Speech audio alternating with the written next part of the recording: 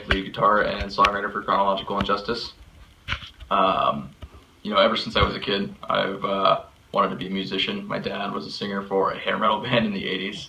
His dad played bass and sang in some country and bluegrass bands in Texas, and it's just something that I've kind of grown up with. Started growing my hair around the time I was 3, maybe, so had it for a while. I went to my first metal show.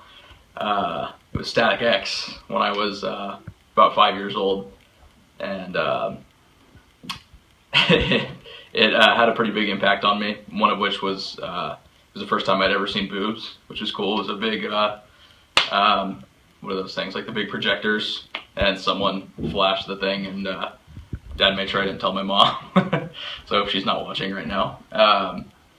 Anyway, so after that show, it really kind of solidified my ambitions of wanting to become a musician.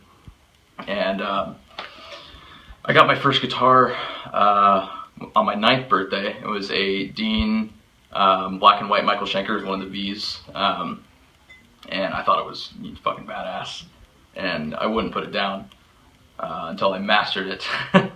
I got lessons from a friend of mine's dad for a while. He played guitar, so for about the first year he sort of taught me the basics, and after that I kind of just started learning a lot online. I'd watch YouTube videos and learn how to play songs, or use different websites for tabs and stuff, and kind of just get the dexterity down. I was really into Pantera and Protest the Hero. Those are two of the bands that really shaped my original style when I first started trying to write my own songs around the time I was 11. And learning their music really helped me work on my chops. And even though I didn't really know what I was doing, I could do stuff if I learned something in advance.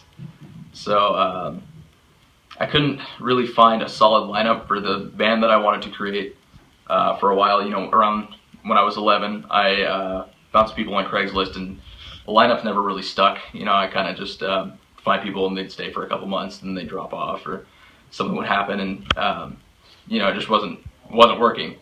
So eventually I joined School of Rock in Portland, and I met a couple of young musicians, Gage Dean and Nathan Nielsen, which are two of the members in the band currently, and then a few other guys that were in the original lineup, and that finally stayed consistent and solid. So we started playing big shows with national bands like Goat Horn, Havoc, around when I was 13, so I was in 8th grade at the time, and it was crazy.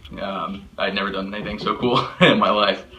And soon after that, I got my first 7-string guitar and started listening to more technical bands like Meshuggah, and bands that played extended range guitars. And Jeff Loomis was another one that really sort of pushed me to want to become an extended ranged guitarist, if you will. So that really sculpted my style and pushed it in a different direction than what it was before. And I met David Locke from Lockstar Guitars when I was 15, and he got me in contact with some of the guys from Dean Guitars, and they got me an endorsement with their company. I've got the American-made version of this Dean RC7 being made for me right now. I call it Mobius.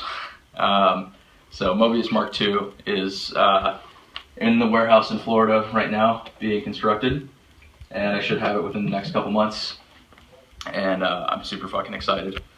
As of right now, we plan on releasing a 5-song EP around the beginning of next year, and obviously we'd like to start touring pretty soon after we release that, play some of the bigger festivals in Europe, and really get our name out there. And we're also, as we have all the songs written for the EP, I've started writing some of the stuff for our next full-length album, and we're hoping to tour with that one as well when it's released. So I hope you enjoyed hearing my story, and hope to see you soon.